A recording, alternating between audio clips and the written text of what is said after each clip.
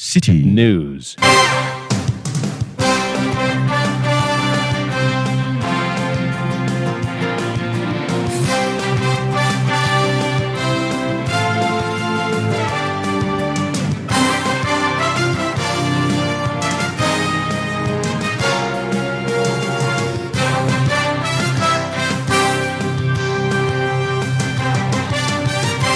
It's 17:30 GMT. This is Eyewitness News on 97.3 Citi FM. I am Umaru Sanda Amadu. Tonight, I'm here with Hawa Idrisu Mustafa. And coming up over the next 90 minutes is a solution to Ghana's unemployment situation, the so-called 24-hour economy.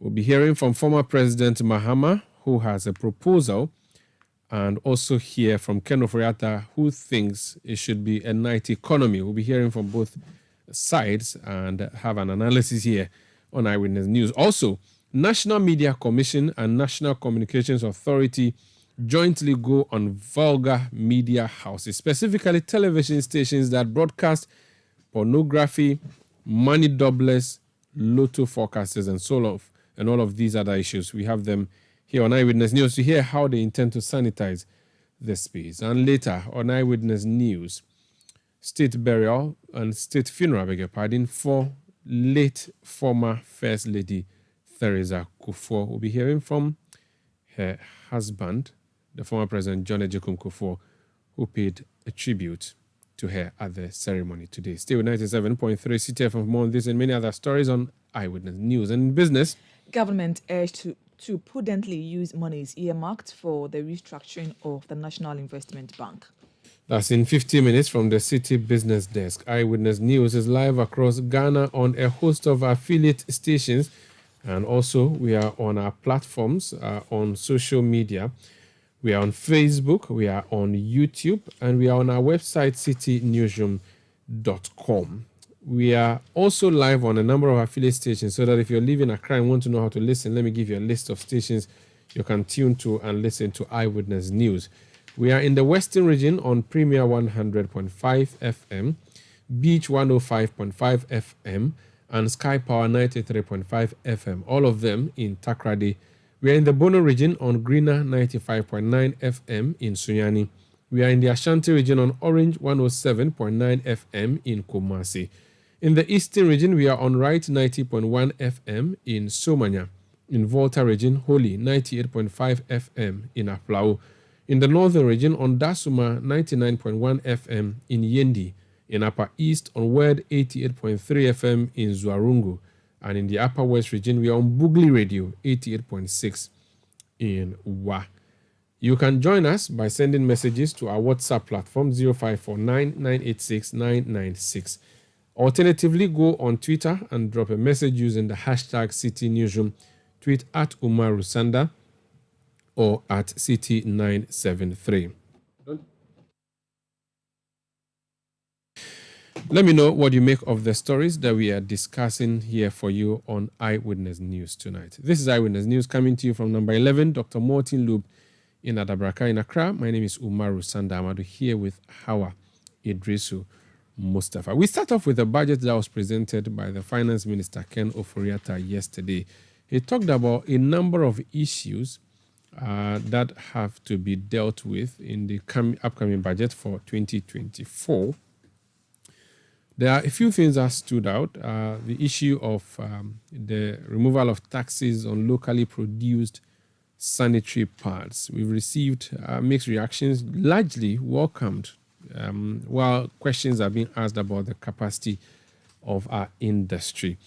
So let's speak to the people who are Ghana's industry, the Association of Ghana Industries.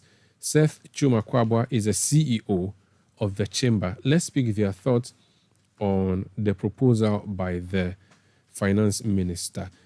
Honorable, okay, I've said a number of honorables. I'm mistaking you for saying not to say that you're not honorable, but you're welcome, sir, to Eyewitness News. Thank you. And thanks for calling when I'm Maybe you should go pick forms and contest one of the constituencies, or maybe it's a prophecy. Anyway, before we talk about specifically the tax exemptions on production of sanitary pads in Ghana plus the importation of materials for same. I want to pick your thoughts generally on the budget as you followed it yesterday. What are the key takeaways for you as industry, and what are the things that you wanted to hear about that maybe you did not hear? Well, thank you very much. Yes, so we made input into the preparation of the budget as we normally do. And in our inputs, we highlighted a couple of things. And I think some of them were taken on board. So we'll come to that. Some of the tax reliefs that we wanted, the zero VAT, zero VAT, and and then others. Of course, there were others that were also not mentioned at all, which would have loved that there was a mention of it. Some of the taxes like the state levy and a few others. But generally speaking, some of the inputs we made were taken on board. The other aspect is that we were also very interested in seeing indicators that point to macroeconomic stability or improvement in the economy, how we can consolidate that. So one of the key inputs we made was that one of the major challenges that most businesses have is when we have an uncertainty in the market. If you recall last year, we had serious challenges. Getting to the end of the year, inflation was about 53.4%. Exchange rate was, was depreciating so fast. Highly unpredictable interest rates of high, cost policies of best skyrocketing. So if you put all that together, we thought that macroeconomic environment is key in order for businesses to plan and expand and grow. And therefore, when there's such an uncertainty, it's not good enough. So in this budget, we actually made strong point that we want to see significant gains being made in the macroeconomic environment. We do acknowledge that for the past 2 quarters or so, there has been some stability or one could say recovery of a sort. And therefore, the question is, how do you consolidate that recovery that or stability is experienced and actually move into next year with that recovery? And when you consolidate it, then you are sure that subsequently you can achieve growth. So in this budget, there are a few pointers. For example, inflation is expected to end of year inflation for next year is expected to be about 15%. And that for me is significant because right now we're doing about 38 or 4%. Now I think about 28. So if you could end next year with 15, I think it's reasonably okay compared to the last year or so. Sometimes, way back year, even close to being about 7% or below 10%. But then we also know that we are in crisis, in a difficult environment for some time now. So we cannot expect overnight, solutions to change. At the end of the year, and the ability to be able to continue with economic stability. Of course, what we also expecting that when we have inflation dropping and policy rates coming down, they want to reflect in interest rates. These are the areas that we have serious challenges, and we do expect that end of the year next year, we should have improvement in all this. But beyond the macro environment issues, we also make very specific requests. I mentioned the tax relief that we wanted. And then also we talked about the need to increase production to support the productive sector, especially agriculture and industry and manufacturing. The communication is important, the policies are important, there are strategies to go around it. Even though the budget didn't talk too much about it, there were indicators of it in the budget.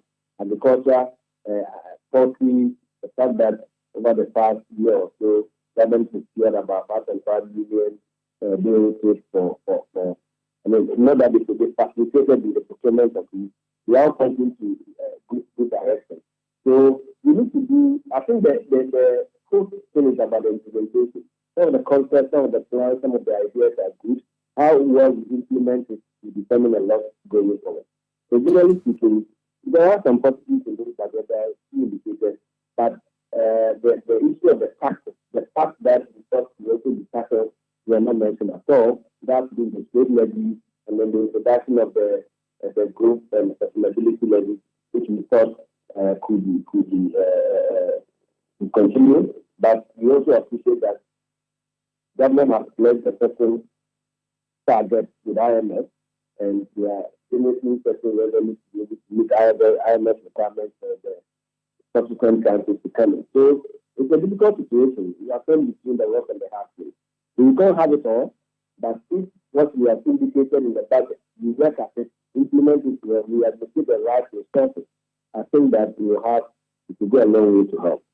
Very well. So if we are between a rock and a hard place, then maybe the assertion by the minister, in fact, the christening of the budget, Nkonim budget, may not be entirely accurate. You agree?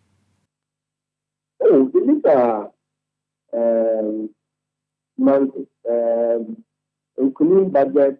I don't want to go into. So I mean, this is just a slogan, but the overall import is that this is a budget that would win the government another term as it seeks to break it does a political side of things, which you don't have to really bother yourself with, but it presupposes that the foundation is solid, and this budget projects some beautiful stuff for us in the next year, which would perhaps push the party into a winning mode or an Nkunim mode. That's what I'm trying to interpret this to mean. Do the indicators look very good, so good, or the minister perhaps is being overly ambitious?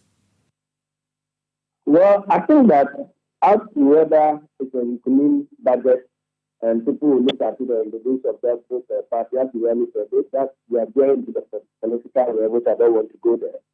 That one depends on the individual to decide. But I think if you look at the fact that it comes from a very difficult situation. Last year was a terrible year. So we are in crisis for some time. The economy has gone down so much to the extent that we have to do deficit.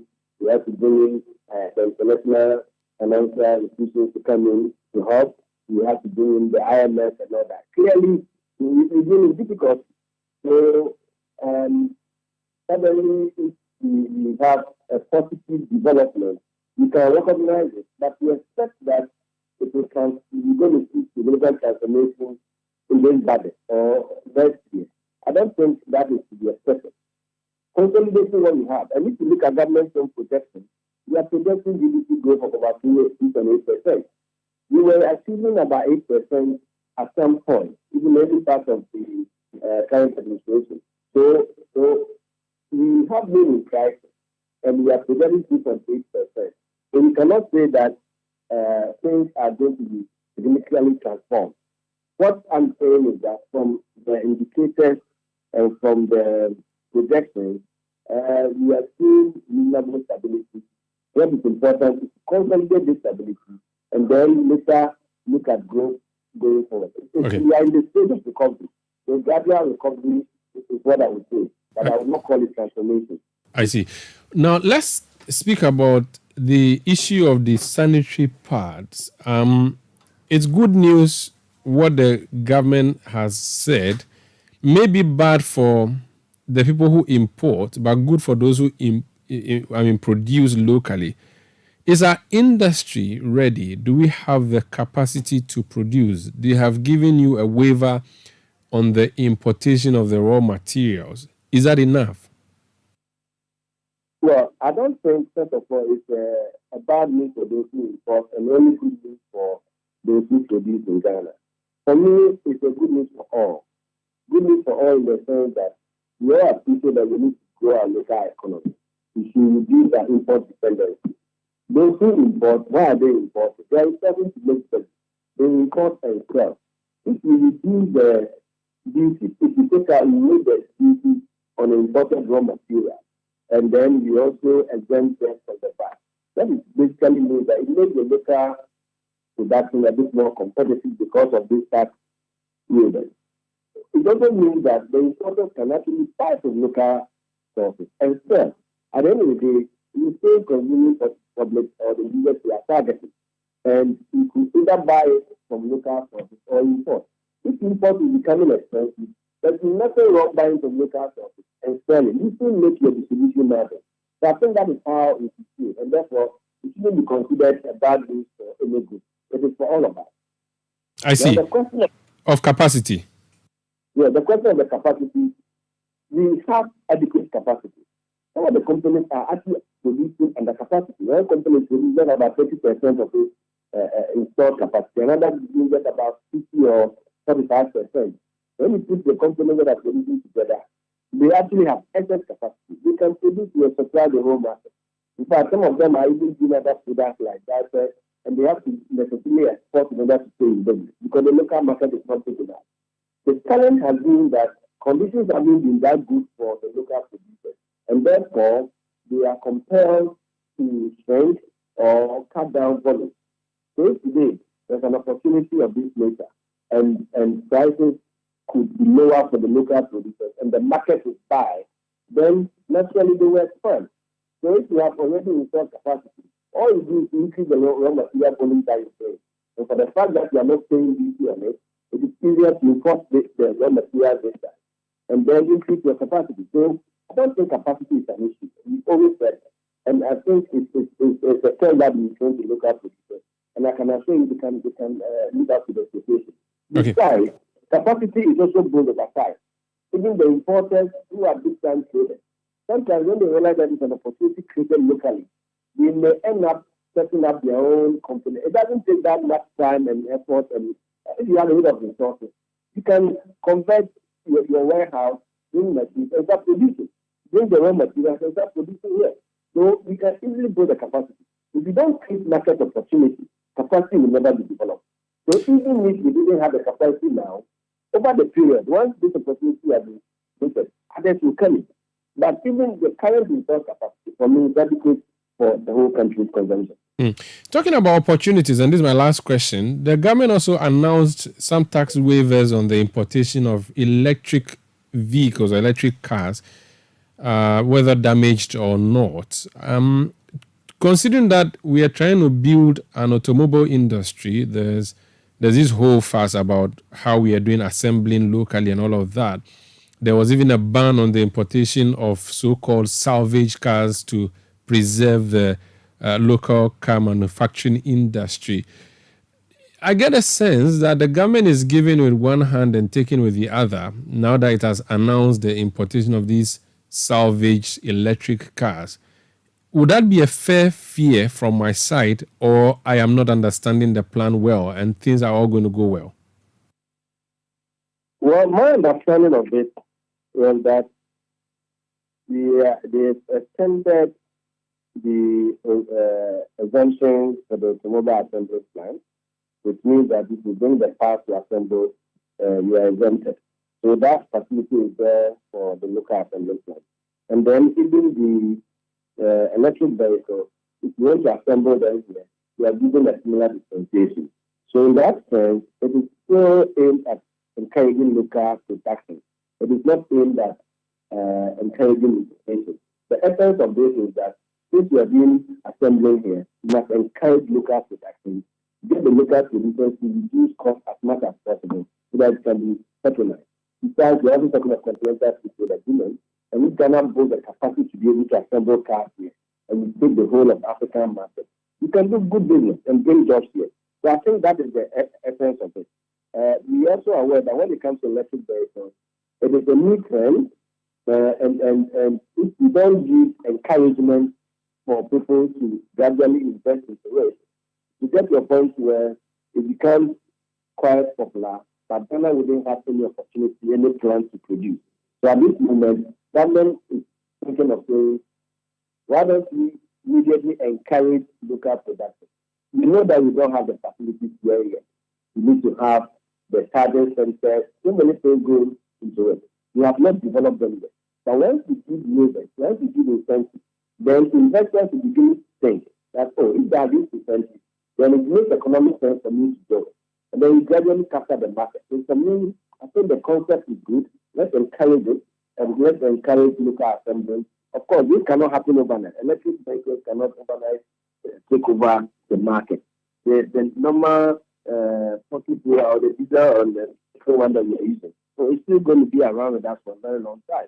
So those who are producing it, let's encourage them to do so. So I think I like the concept that both the current one, which are already operating here, are having the exemption. And then the new ones that will be developed for electric car production, also be given exemption. So I think it's a good concept. Thank you so much for speaking to us, sir. Thank you, sir. That's Seth Chuma Kwabwa. He is CEO of the Association of Ghana Industries, AGI. This is Eyewitness News on 97.3 Citi FM. We are coming to you from our studios in Adabraka in Accra. Paul says the 24-hour economy has been long overdue. It should also come with a change in our labor laws if need be. I support it. As for the other one, never again. Aziz Donla in Wa says the 2024 budget is not only disappointing, but lacks hope for the hopeless. Why can't, he says, why can't government review the e-levy and the COVID levy? Posterity is our judge. Akapo Jr. in Hafomim says, the former president is trying to take advantage of the abysmal performance of this government to appeal to the eyes of the Ghanaian voter. I only hope his policy will not ask us to go and crack stones as proposed by Dr. I'm not going to mention that person's name because I don't remember. I did not hear him say that. But let's talk about this 24-hour economy.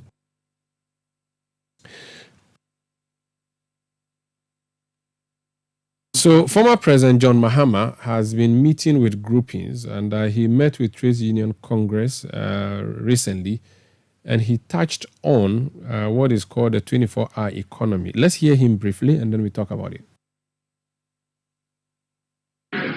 We intend to implement a 24-hour economy.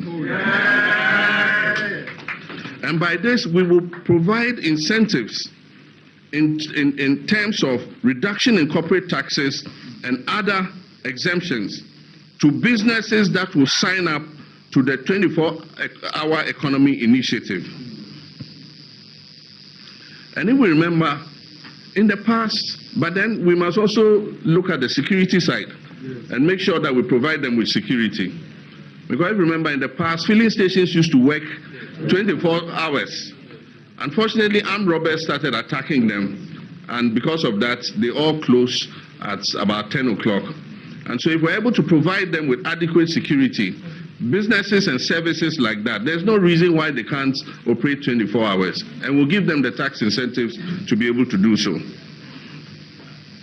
We'll identify and promote strategic growth areas such as IT with a targeted $3 billion investment and drive an aggressive infrastructure development under our Big Push program. We will shift attention from the macro economy to the micro and focus on growth in the real sector instead of just on macroeconomic stability. Additionally, we'll support the TUC and organized labor to expand its current investments and establish new joint businesses and ventures with third parties to also provide employment to our people. So that's NDC flag bearer and former President John Dramani Mahama speaking about the 24-hour economy. Yesterday, when the Minister for Finance presented the budget, he also, when he spoke yesterday, he also touched on the 24-hour economy, but he spoke to it in a different light. Let's listen to that. Mr. Speaker, Ghana remains the preferred tourist destination in the sub-region. The steady stream of domestic and international tourists also requires dedicated spaces in cities to drive a night economy and tourism. As we promote December in Ghana initiatives, we'll also work towards enhancing security and the lightening infrastructure. A task force comprising public regulators and private sector actors has already been established to drive the night economy initiative and the public-private partnership arrangements. So that's Kenneth Riata speaking yesterday. Former President Mahama spoke about a week ago when he met with the Trade Union Congress. Sami Jemfi is the National Communications Officer of the NDC.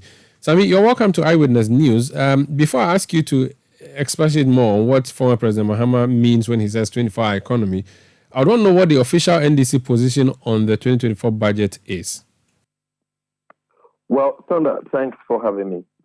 Our position on the 2024 budget statement presented to Parliament yesterday is very simple. The 2024 budget is a hopeless and uninspiring budget that failed to address the economic hardships that Ghanaians are currently reeling under. It failed to address the economic bankruptcy that Ghanaians have been plunged into by the Bawumia-led economic management team.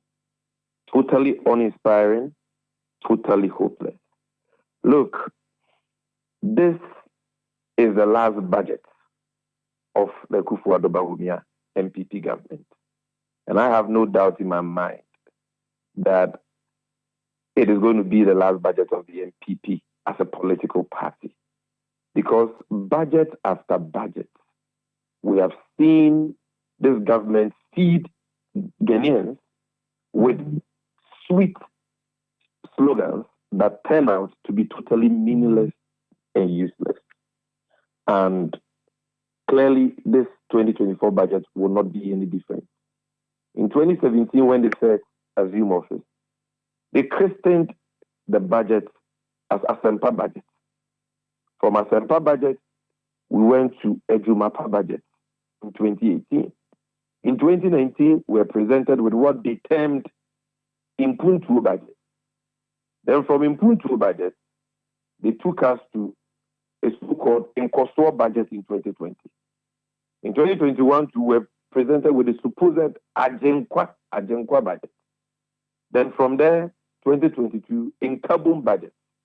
You see, so this is a government that measures in cheap sloganeering instead of dealing with the concrete issues that plague the people of this country. After presenting us with all these sweet rhetoric, Asempa, Nkosua, Impuntu, Ejumapa, Ajenkwa, what is the state of the Ghanaian economy today? What is the state of the living conditions of Ghanaians today?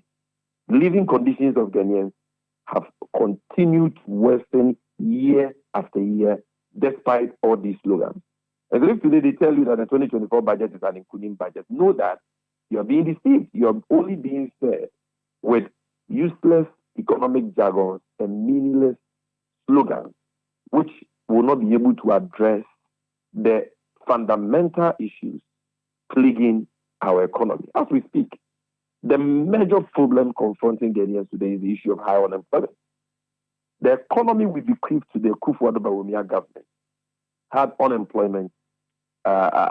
unemployment rate of 8.4% according to the Ghana Statistical Service. Today, after presenting us with all these sweet rhetorics of Impuntu budget or Batampa budget or Jumapa budget, what is the outcome? Unemployment has gone up astronomically from 8.4% to 14%. There are thousands and millions of young people who have gone to school or have learned a trade or a skill that are sitting home today because there are no opportunities for them. Only last year, this same finance minister presented a budget, announced a 1 billion investment in what they dubbed U-Start. They said they were going to provide startup capital for young people to venture into businesses and all that. What has become of that U-Start? A total pipe dream. Complete scam, complete fraud. You understand? And there is nothing, absolutely nothing in this 2024 budget that addresses this issue, this all-important issue of job creation and employment. Nothing significant that addresses the problem of unemployment. You look at another, key problem confronting Ghanaians today, which is the problem of the debt crisis, the self-inflicted debt crisis that the Bawumia-led economic management team has plunged the country, owing to their excessive borrowing for reckless consumption, expenditures. Today, what is in this 2024 budget that addresses that debt crisis? All they have done is that they are pushing forward, carry forward, like we used to say when we were kids, the debt obligations of the country.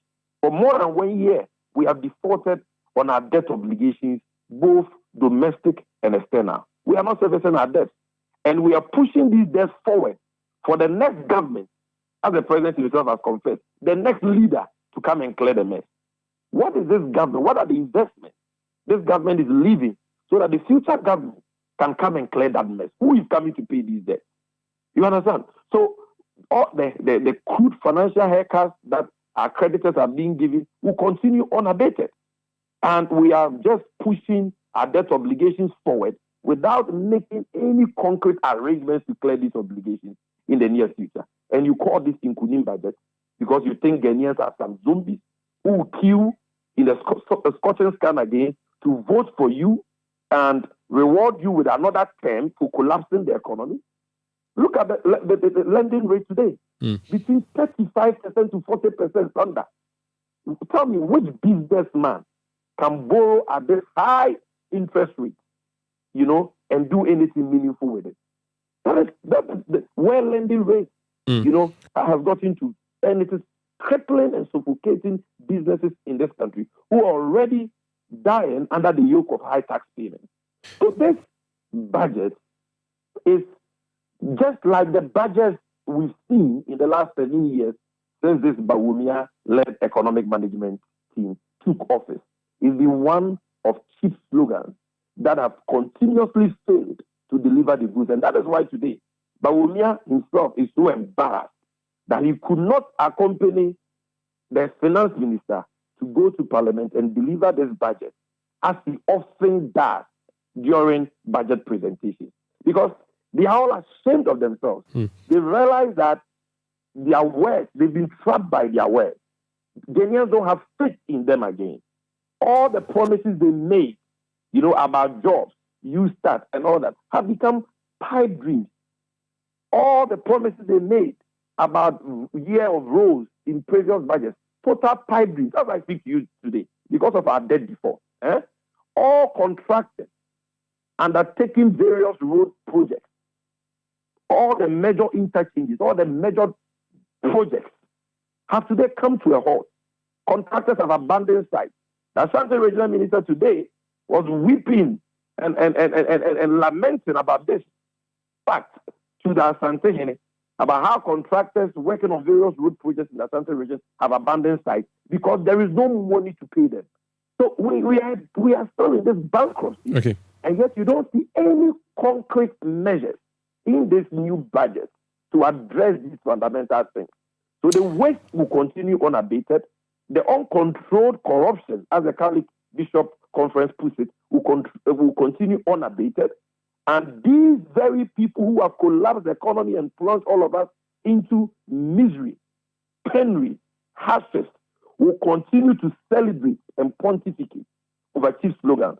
Ken Oforiatta, after destroying the economy, now has the temerity, to compel civil servants to abandon their work posts during precious working hours, to line up on the street, salute him, cheer him, and sing praises to him after presenting this hopeless budget. That is how low we have sunk.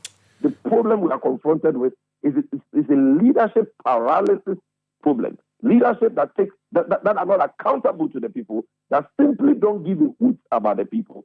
And unfortunately, we'll have to live with that for one more year before we get an opportunity to put them out of office. And so I know, like the minority has said, that this will be a bye-bye budget, because never again will Ghanaians allow this nation-wrecking MPP Akufo-Addo Bawumia government to take us for a ride. Never again. Talking about solutions and never again, and in proposing the alternatives, you have, and I mean your flag bearer, has spoken about the 24-hour economy. Can you enlighten us further what that plan is? So the 24-hour economy is part of the vision of the nation builder, His Excellency John Dramani Mahama, to create more jobs, particularly for the teeming unemployed youth of Ghana, while at the same time enhancing productivity. And so this policy was first, many think that is a new policy, but it's not new at all. We captured it in the People's Manifesto of 2020. Maybe we didn't do much in marketing it to the people of this country. But God being so good, people are now beginning to understand the policy. They are buying into it. The TUC has said that this is a game changer. This is what the teeming unemployed youth of this country, are waiting for. And we are very excited about the warm, reception that Ghanaians from all walks of life are giving to this policy. And unlike the MPP who project cheap slogans as policies, what President Mahama will be doing in the coming days is that he'll be outlining the blueprint for this 24-hour economy we are talking about. All the details about the policy will be spelled out in this blueprint. And we are going to do so with inputs from the TUC, that's organized labor, and all other stakeholders. We are going to, put in place a legal regulatory framework for this as well, by passing the Employment Act we spoke about in our 2020 People's Manifesto, which is what will set out the framework for this 24-hour economy policy we are talking about, a framework that will ensure the well-being and the rights of workers, and so everything is being worked on. Again, but simply put, when we say 24-hour economy, let me just break it down. What it means is that we're going to have a 3-shift system. Okay, the government is going to put measures in place to encourage the private sector, especially, to run 3 shifts so that they can employ more people and boost productivity. It's not a policy for all private companies, but private companies that and businesses that have the capacity to run such 3 shifts 24/7. Critical government institutions with huge workloads and customer traffic will also be encouraged to enroll onto this program. And what the next John Mahama NDC government will do is that any company, be it public or private, that enrolls onto this 24-hour economy program will benefit from security patrols, nice transport systems, tax incentives, and other form of incentives, to encourage them. We want to make it cheaper for businesses to operate in the night so that they can be encouraged to operate in the night. So, for example, let me just give you a practical example. If you look at the manufacturing sector, there is a need for us to boost production. And to achieve that, we need to encourage most of these manufacturing companies to operate in the night. Some already operate in the night, but many don't. And what will make it attractive for them to want to operate in the night? It is government comes up with tax breaks and other forms of incentives that will make it safe for them to operate in the night and cheaper, relatively cheaper for them to operate in the night. During the night, Ghana produces power, but nobody utilizes that power. We go to sleep, we close at 5, we go to sleep by 8 p.m., 9 p.m. When power is being produced and power is available doing nothing. If we can get manufacturing companies benefiting from the right incentives to work in the night with the right security and transportation arrangements in place, they will obviously employ people. They are going to produce more, but at a lesser cost, and therefore be productive. Look at the ports, for example. Why should Ghana Ports and Harbour Authority today be closing at 5 p.m.? That would be a thing of the past under the next John Mahama economy, because the 24-hour economy policy is coming. You recall that under the first NDC Mahama government, we expanded the Tema Port by building what is today called the Meridian Port Services Terminal, MPS Terminal, which has made Tema Port the second largest port in the whole of West Africa. Tema Port, MPS Port at Tema runs 24/7. It is a classical example of the 24-hour economy we are talking about. And that is a John Mahama legacy, 24/7. But today, Ghana Ports and Harbour Authority, at the same time, Ports closes at 5. Ghana Ports and Harbour Authority, which solely runs Takoradi Port, closes at 5. So we are going to just get Ghana Ports and Harbour Authority in the maritime area to do exactly what we've gotten MPS to do by operating 24/7, so that goods can be cleared in the night by GPHA, and these goods can be transported on our roads in the night to their various destinations. It will reduce traffic, it will increase productivity, it will lead to more employment, because as GPHA begins to implement night shifts, they are going to obviously implement more people, and they are going to get more revenue, because the number of containers will be processed within a limited period of time will be more. You understand? You put that aside. Let me give you another example. Quickly, yes. Yeah, quickly. You look at the major construction projects we do. You go to advanced countries, you see road projects going on in the night, maintenance of road projects going on in the night. Even the retail and trading centers. When we were growing up, Sanda, we used to have pharmacies operating 24/7 and so on and so forth. That has become a thing of the past because of the high levels of insecurity in the country. Today, even mobile money vendors who used to pay 24/7 are no longer doing so because of because crime is on the ascendancy. And so, by tackling security, putting such measures in place, transportation and all that, we hope to get more retail trading centers, more major construction projects operating in the night, so that more young people can be employed while these companies remain productive. So this is what the 24-hour economy, which is the original idea of John Mahama, is about. And no desperate attempt by Alhaji Bawumia and the NPP, who are bereft of ideas, to steal this policy will wash. We've seen the cheap attempt they made in the 2024 budget to steal this project and to create an impression that they're already doing it. They are not doing it. That what they spoke about is not what John Mahama is proposing to do. So they should be original and come up with policies for Ghanaians to know that, they take as serious. Very well. They should stop this attempt to steal policies they know next to nothing about. Thank you so much for speaking to us. Sami Jemfi, National Communications Officer of the NDC, explaining what the 24-hour economy proposal by John Mahama, the former president and NDC flag bearer, is. Let's test this particular proposal further. Joe Jackson is with DLX Finance. He speaks to us on finance and economy matters. We've just called him up to understand how this would work in Ghana, if it will even work at all. Joe, you're welcome to Eyewitness News. I mean, we see that in advanced countries, people do not sleep. When I was in the United Arab Emirates, I saw people spending the night at, building sites and on road constructions and all of that. Of course, they have power to run these places for them. Is this something we can do here? First of all, the culture of the people, is that something we would want to do generally?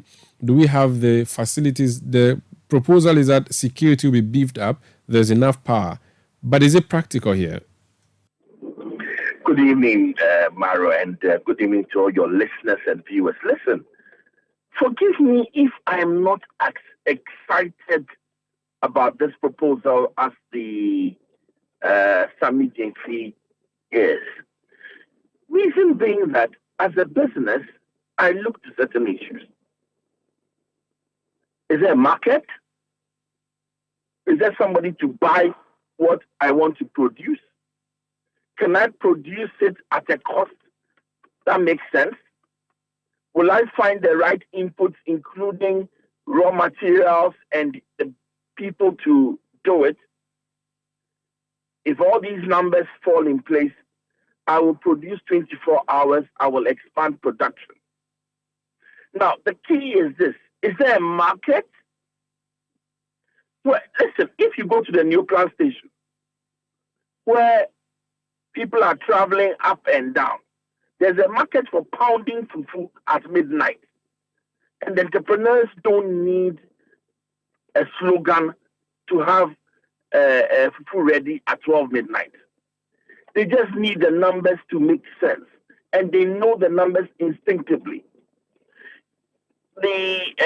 As a government, if they promise to create the framework, make sure that inputs are at competitive prices, make sure that the power is available, I assure you entrepreneurs will work without a problem. They will sign on without a problem.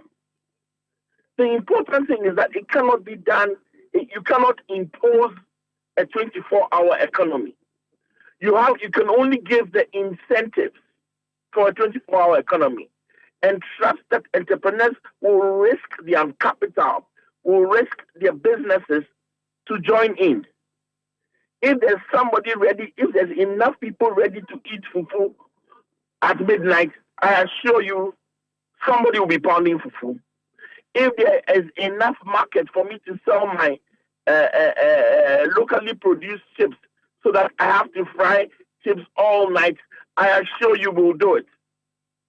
I don't think Ghanaians have any problem at all working through the night.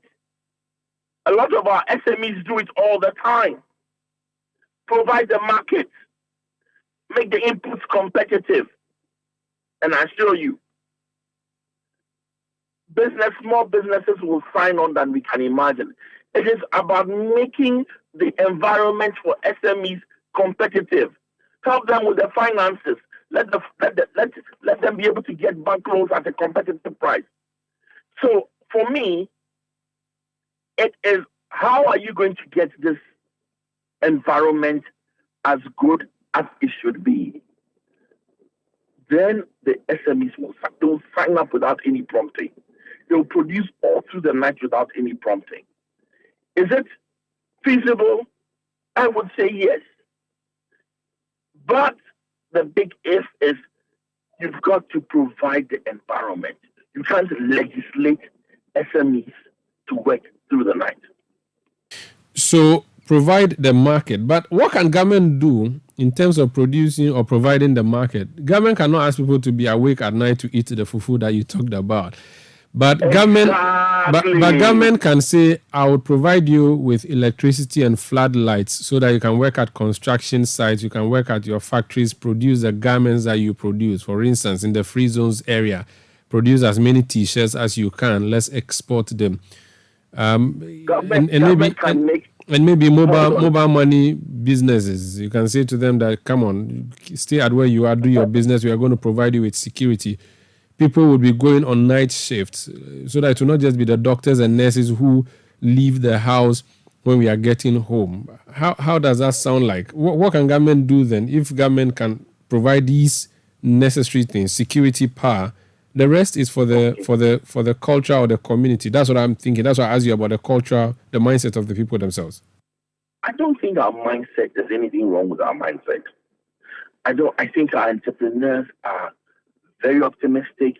Entrepreneurs are creative, innovative, and they will take up the opportunities that are available. But I have a question for you. Let's say I make shoes, and the market is only for 10 pairs of shoes, and I can produce the shoes during the day. Why would I make the extra effort to have a night shift only because it's a night market?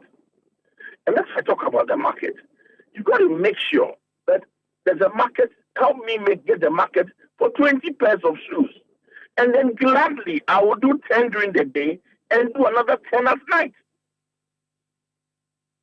Joe, I think this is very clear. So provide the market is very necessary. Otherwise, you'll be wasted. How about exports? Since we've been complaining about import, maybe then you produce 20, you sell the 10 in the regular market and export the 10?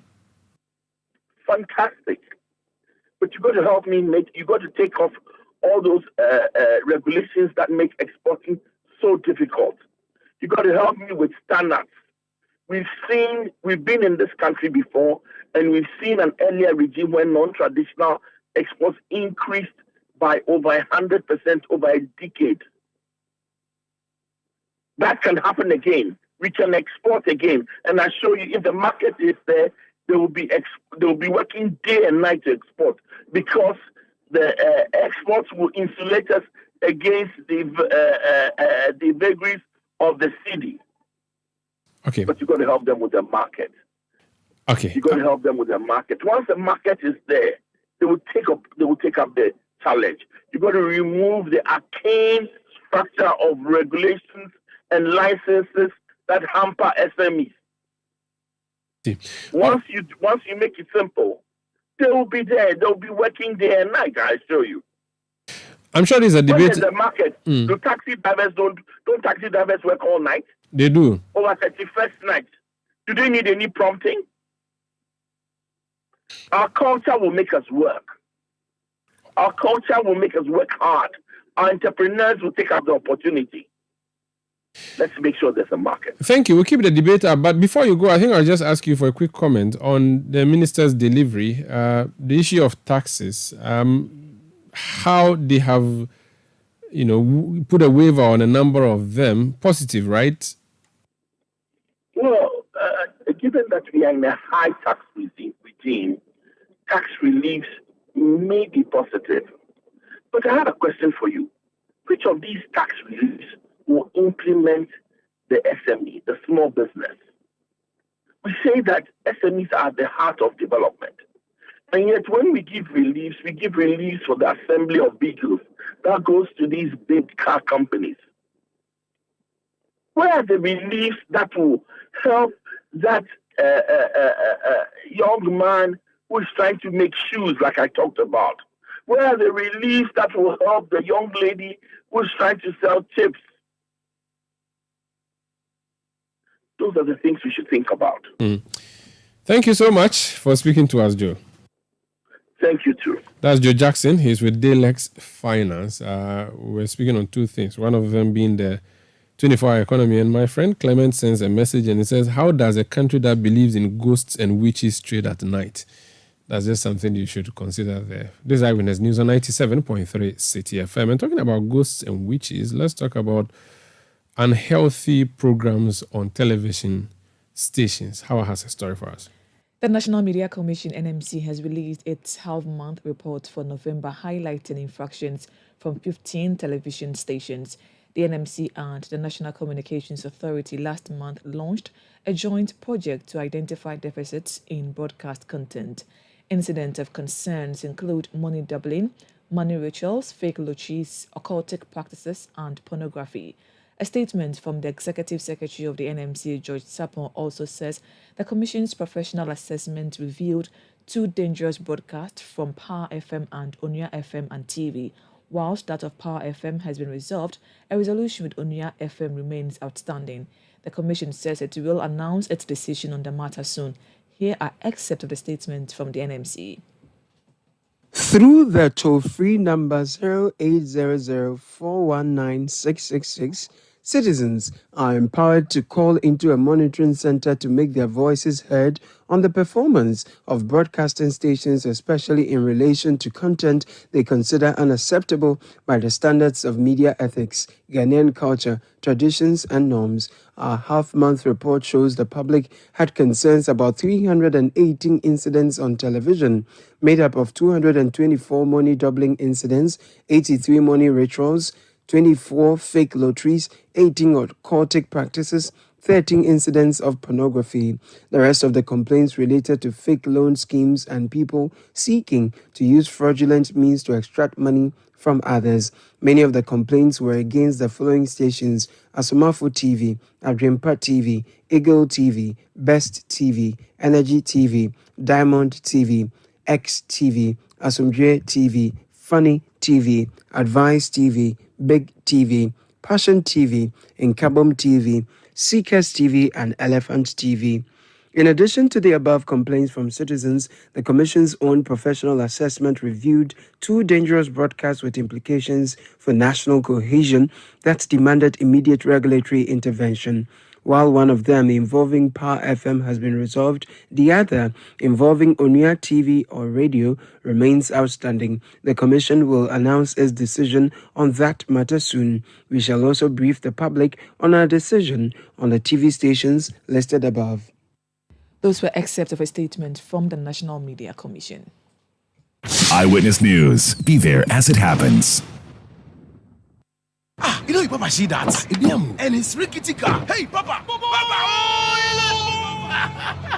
Bobo, so how's your engine now? It is half man, half amazing. Thanks to Cause and you can't feel better energy.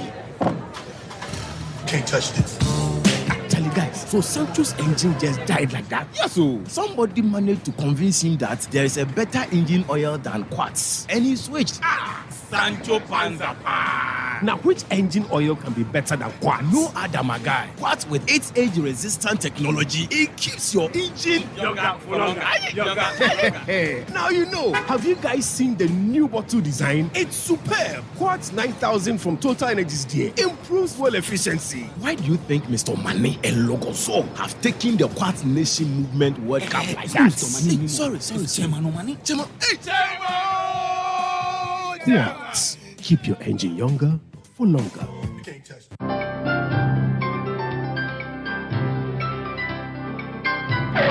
Using a condom will protect you and your partner from HIV, STIs, and unplanned pregnancy. Condoms are an effective way for protection against HIV infection. Don't take risks. Use a condom every time.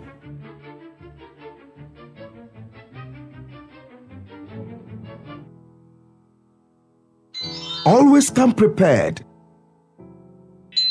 This advert is brought to you by the Ghana AIDS Commission and Ghana Health Service.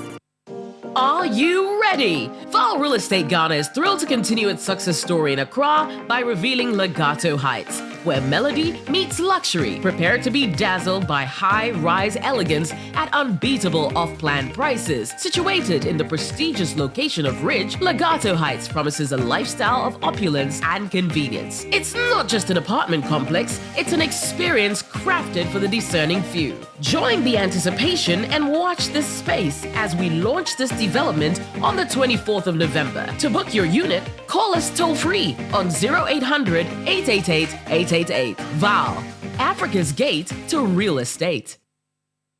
Calling all Odadiers, students and well-wishers. Join us for an unforgettable day as Presec marks its 85th anniversary with a grand speech and prize-giving day hosted by the Odadier 98-year group under the theme Building Upon a Legacy of Excellence, Developing Holistic Values-Driven Change Agents. Chaired by Mr. James Boateng, 2018 National Best Farmer and Odadier 78. The event starts at 10 a.m. on the 25th of November 2023 at the newly built ceremonial grounds. Speakers for the day will include Dr. Delali Fiagbe, Head of Psychiatry at UGMS, and Mr. Kwabena Asantipoku, Country Director of British International Investment, both proud of Odadier 98. Our guest of honor is Dr. Yao Osei-Uduchu, Minister of Education, with Dr. Ofori Sapo and Right Reverend Professor Joseph Obri Yabuamante gracing the event as special guests. Mark your calendars, 25th November at the Presec Ceremonial Grounds. Oh, come along and join us as we celebrate 85 years of excellence. Brought to you by the Odadier 98, Illuminator with the Bemos Lumen.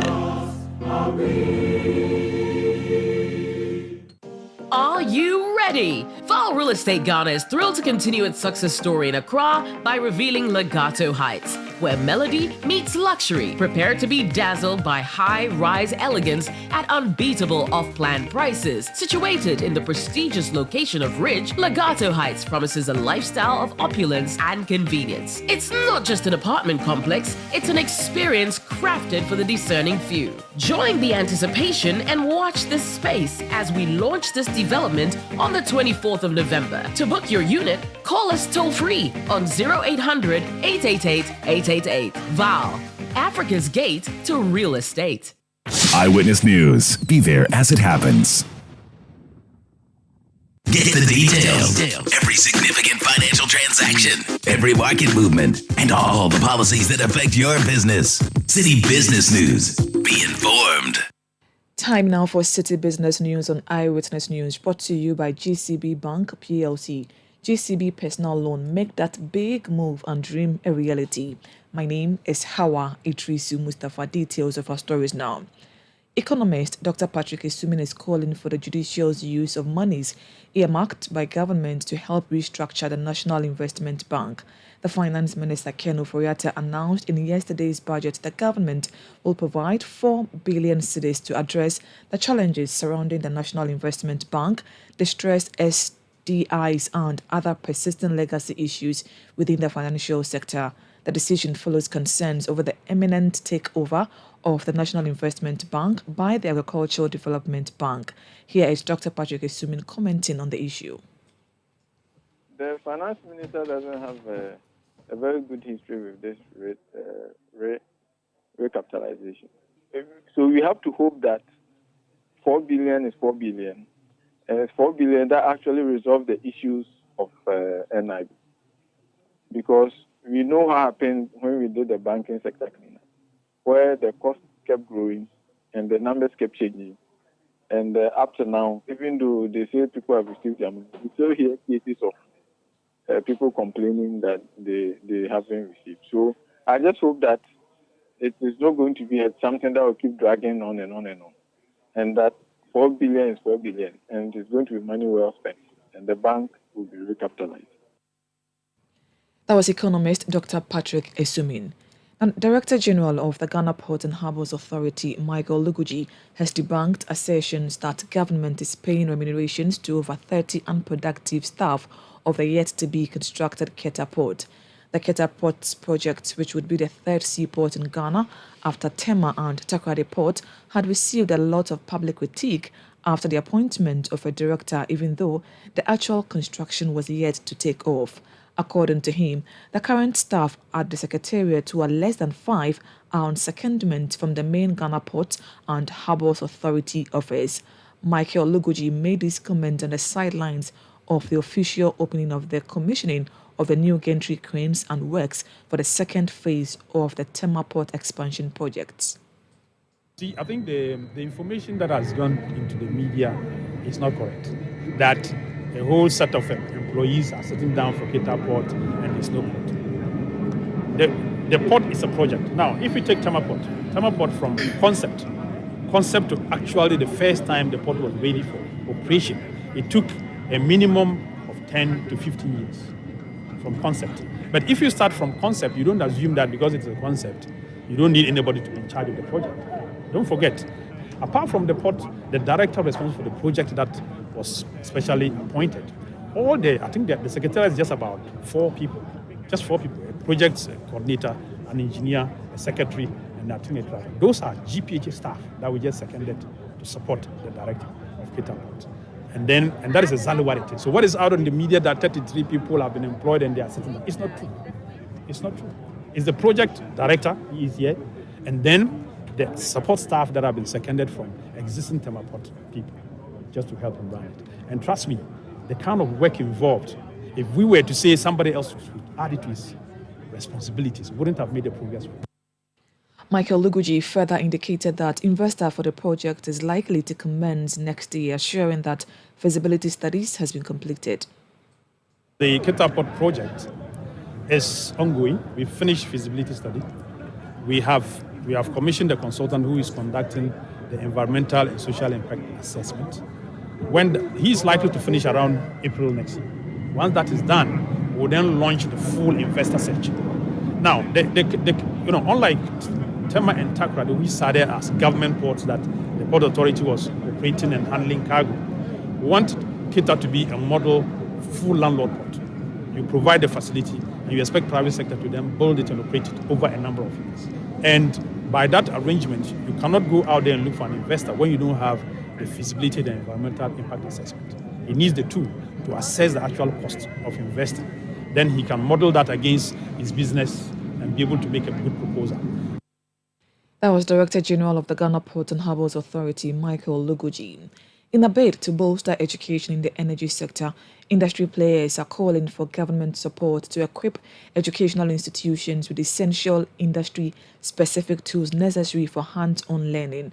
The call, according to them, stems from the disparity between theoretical energy knowledge and its practical application. Speaking to Citi Business News on the sidelines of the preliminary stages of the 2023 Gas Challenge organized by the Ghana National Gas Company, the chairperson of the Planning Committee, Augustina Osei, underscored the pressing need for government support. One of the things that they can do is to help inspire the schools and motivate them to really give a more comprehensive type of, if you will, education by bringing the practical aspects of the operations more also into the classroom. They need equipment for that because equipments are very expensive. The equipment you deal with in the oil and gas is not a joke. and most of the schools cannot afford it. So you want the education ministry or the government to assist the schools in enhancing, in getting these, mechanics products in order to teach the kids practical things while they also getting the theory. Because as you see, when it comes to the theory, they know. But how possibly to bring that into the operation site, that's sometimes a bit challenging. They need experience. But I must say that those that we have recruited out of this cash challenge have been one of the fine brains that we have in this country, and they're able to teach even our staff, some of the critical things, and have been very, very.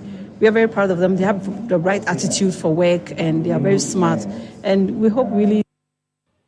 You heard the chairperson of the planning committee of the 2023 Gas Challenge, Augustina Osei.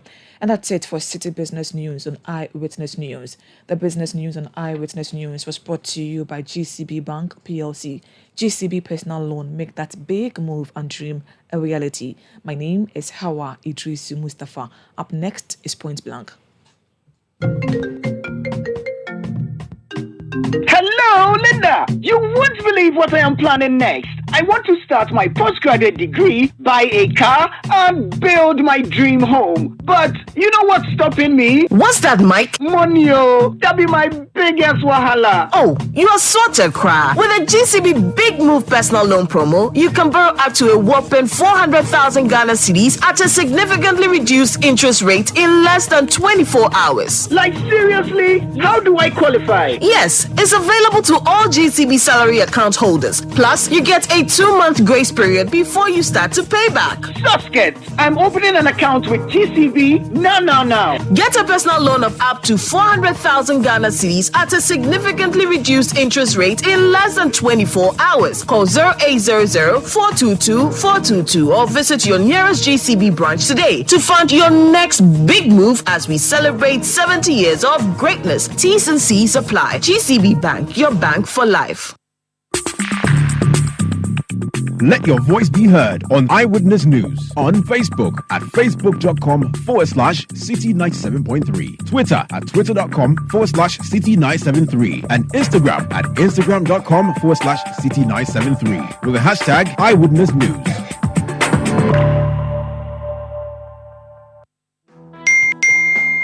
Hey, Ma, the way you're always getting alerts these days, I won't be surprised to hear that you have gotten a Momo for Business account by my next visit home. Oh, I'm already on Momo for Business, Since when? Since.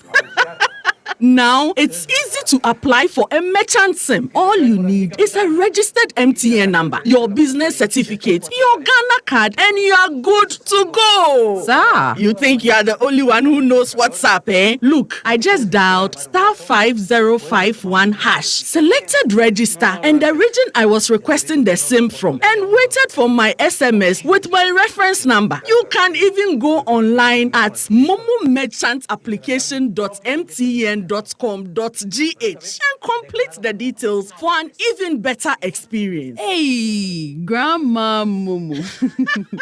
Sign up for Momo for Business the easy and simple way. Just visit momomerchantapplication.mtn.com.gh or dial *5051# and follow the prompts and be on your way to owning a Momo business account today for free. MTN. You know, Papa, see that? And it's rickety car. Hey, Papa! Bobo, so how your engine now? It is half man, half amazing. Thanks to cause and you can feel better energy. Can't touch this. Actually, guys, so Sancho's engine just died like that. Yes, so somebody managed to convince him that there is a better engine oil than Quartz, and he switched. Sancho Panzapa. Now, which engine oil can be better than Quartz? No other, my guy. Quartz with its age-resistant technology, it keeps your engine younger for longer. Now you know. Have you guys seen the new bottle design? It's superb. Quartz 9000 from Total Energies there improves fuel efficiency. Why do you think Mr. Mane and Logoso have taken the Quartz Nation movement World Cup like that? Sorry, Chairman Mane. Chairman. Quartz. Keep your engine younger for longer. Eyewitness News. Be there as it happens.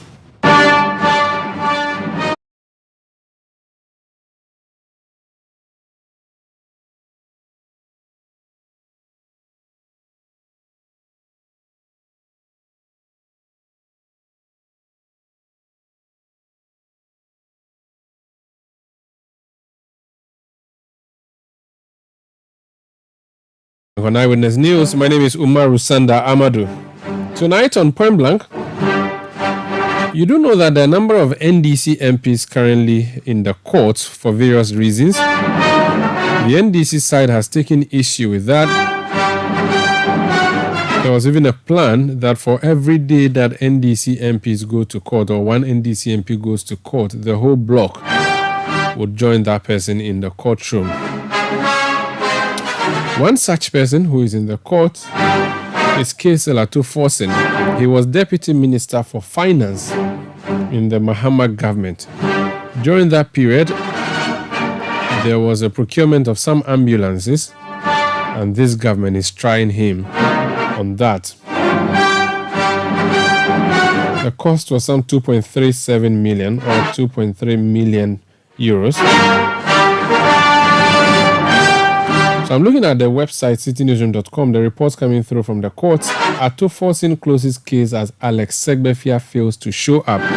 Alex Segbefia was Minister of Health in the Mahama government, and the story is that he abandoned his brother in the cold, if you like. It wasn't written that way. I'm just using this to describe him. He simply said that the minority leader, Dr. Kaisel Atuforsen, concludes his case in the 2.3 million euro ambulance saga. On the last court sitting, he intended to summon former Health Minister Alex Segbefia as his third witness, but Mr. Segbefia was absent. Let's take a quote from Eduji Tamaklo, who is Atuforsen's lawyer. He spoke in court and he says, quote, "The first accused wishes to inform the court that we are calling no further witnesses and we are closing our case." Now, the story continues to say, the former chief director of the Health Ministry, Dr. Sylvester Animana, the second accused, has now initiated his defense in the Financial Economic Court too. So the name Alex Segbefia came up. We've called him up to ask him why he didn't show up in court. Sir, you're welcome to Eyewitness News. Good evening, Umar Vanda. Good evening to your listeners. The story says you were supposed to be in court and you didn't show up. I don't know what that would mean to the case. The lawyer has not said. But why didn't you go to give testimony? As a minister at the time for health, your testimony will be very crucial, no? I was not required. Explain. Good. One, I'm not a prosecution witness. The prosecution has called all its witnesses and closed this case. I was deemed or going to be a defense witness, a witness for Kaisel Atuforsen. And I was allegedly supposed to be in court today. Why do I say allegedly? Because I was also hearing in the grapevine that there had been a witness summons for my attendance. I have never been summoned. I have never received a witness summons. So I was not due in court. Because of the noises in the media, I took it upon myself to contact those in the case to see whether I was required. And I was informed that I would not be required to give evidence for the defense any longer, and therefore would not be required to attend court. So this morning I was on Lucky TV doing a program on the TV because I was not required by the defense any longer to give evidence in the case. That is all it is. So it's not a case of I failed to attend court because I was never summoned to attend court. I've never received a summons to attend court. And two, it was the defense position that they did not require me to give evidence any longer. So it's not as if you refuse to go and give... No, if they had called me, I'd have been in the court today. End of story. And I have no problem giving evidence in the case. But I have to be, I can't force myself into a case. I have to be summoned or called to give evidence. And I was told that I was no longer required. And I made inquiries so that I would not be in contempt, assuming there was a summons out. But I've never seen a summons and I've never been asked to attend court. If you were in court, what would you have said to the court? I cannot speculate on this on this specific matter, what was the level of involvement of your ministry at the time? I cannot comment. As you well know, the case is in court. No, just giving us the facts as they pertain when you were a minister. Was the procurement done by the ministry or done by the finance ministry? Maybe that's something you can tell us about. I am not prepared to even... Umar, I'm a lawyer. And this is maybe in the middle of a criminal trial. I cannot comment.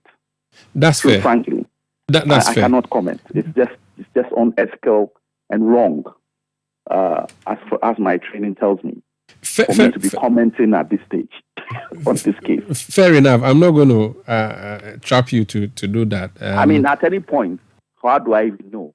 An application can be made even again to the judge that no, based on certain evidence, they want me to come and give evidence.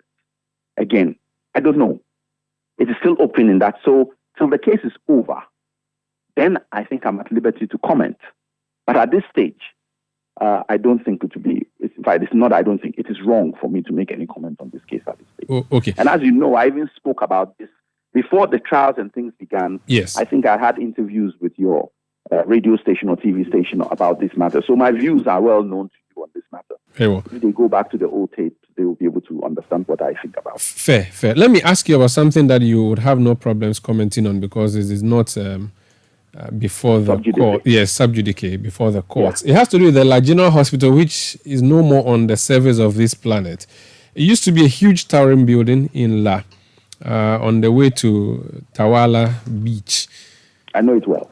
It's completely gone now, rubble. Even the rubble has been collected and taken away with a promise that a bigger, better hospital was going to be put up. It's been years now. Not a single block has been laid. There's been a lot of back and forth about funding. Just this week, or was it last week, the minister announced that finally some funding has been secured. Residents of La are angry. The MP is unhappy. They are saying they should be allowed to build a thing communal labor style because they think that the government has no plan of putting up the hospital. I don't know what you know about that hospital, the situation there, but as a former Minister for Health, I just want your comment on the situation at La General Hospital. Well, I think that is unfortunate, and it's a situation where it's clear that the government didn't have a plan as to what they really wanted to do. Because in terms of priorities, you would remember that the La General Hospital issue existed even before the concept of 88 hospitals within 1 year was made by the former president. Not a single hospital of the 88 has been built. Then we had the further promise of 111 hospitals in 18 months. Not a single one of them has been built. But we are told that they are all at different stages.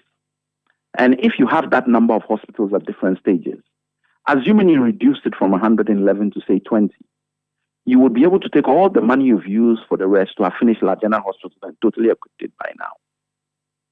So there is no plan. Proper planning would have said, let's be realistic. Let's look at the funding, because that was one of the questions we kept asking. Where's the money to build all these hospitals coming from? If it's being done by the government and we don't have a process of which we are going to get it, then let's not spread ourselves thin. Let's actually build what we can, and that will have the most effect. Let's say we build 10, use the money we would have used for 111, get 10 up and running, and then have it on the plan that we will continue building another 10 after each 10 is built, as opposed to trying to build all the 111 at the same time.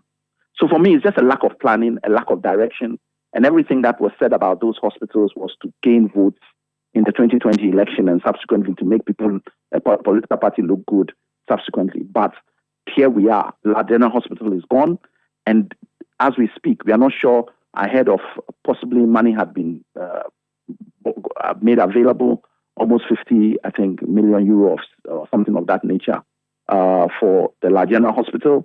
At the same time, we are now being told, I think, in the budget that is going to be done by government of Ghana. So I don't know whether the 50 million is coming from government of Ghana or the 50 million was a loan that is going to be contracted or a facility that was going to be taken.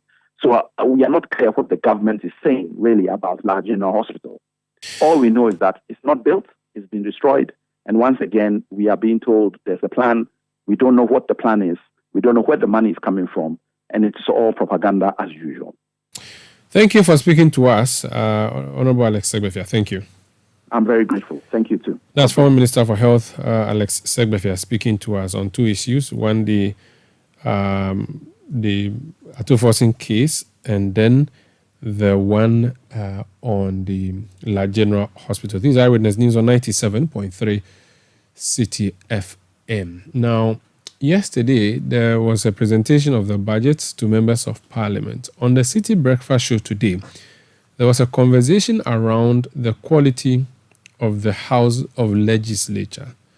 And in having that conversation, the City Breakfast Show team, led by Bernard Avle, with co-host Nathan Kwao, invited the views of someone who has served as a member of parliament in the past. Now he's a national chairman of the National Democratic Congress, Johnson Asiedu Nketia. He was in parliament in the early 90s. What does he make of the quality of MPs, and how can political parties, and for that matter, the House of Parliament itself, or the democracy called Ghana, protect MPs? Don't forget, lots of senior MPs are leaving the House. For instance, Cletus Apula-Voka of Zebila has decided not to run again. James Klucha-Aveji, who is currently chair of the Public Accounts Committee, is not going to contest again.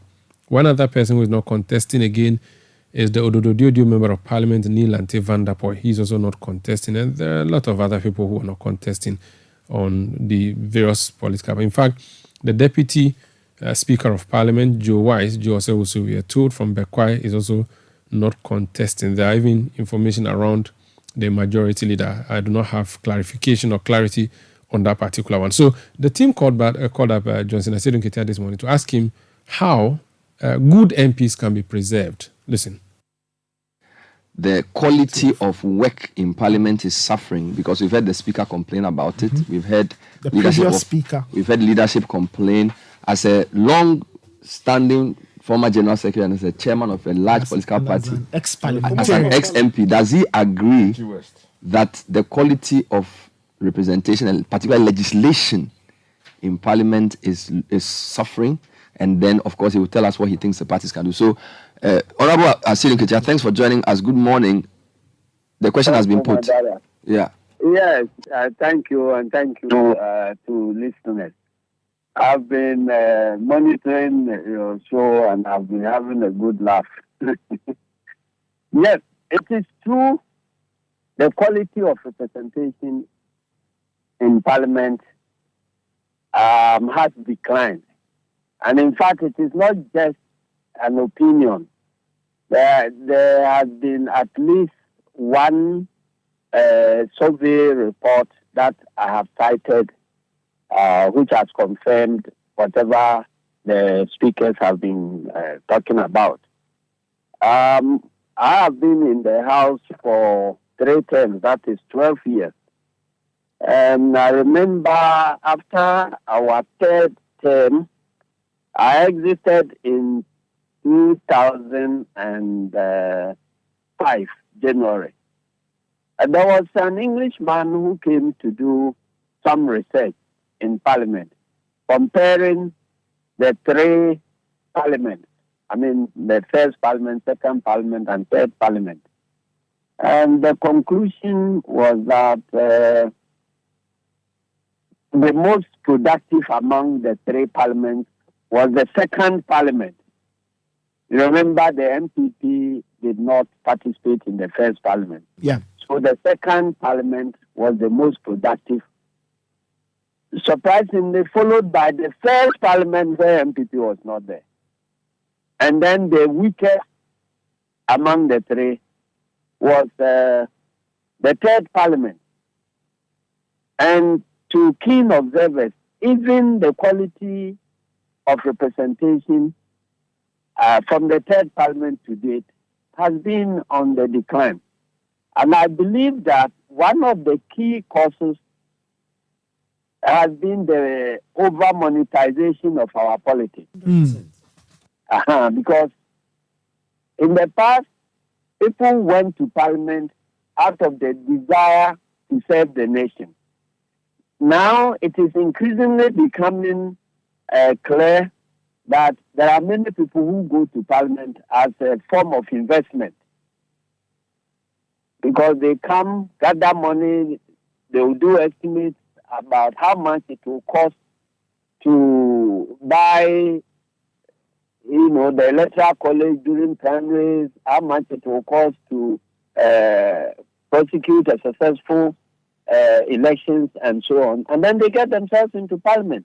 So when they are in Parliament, they may be pursuing other objectives rather than representing their people.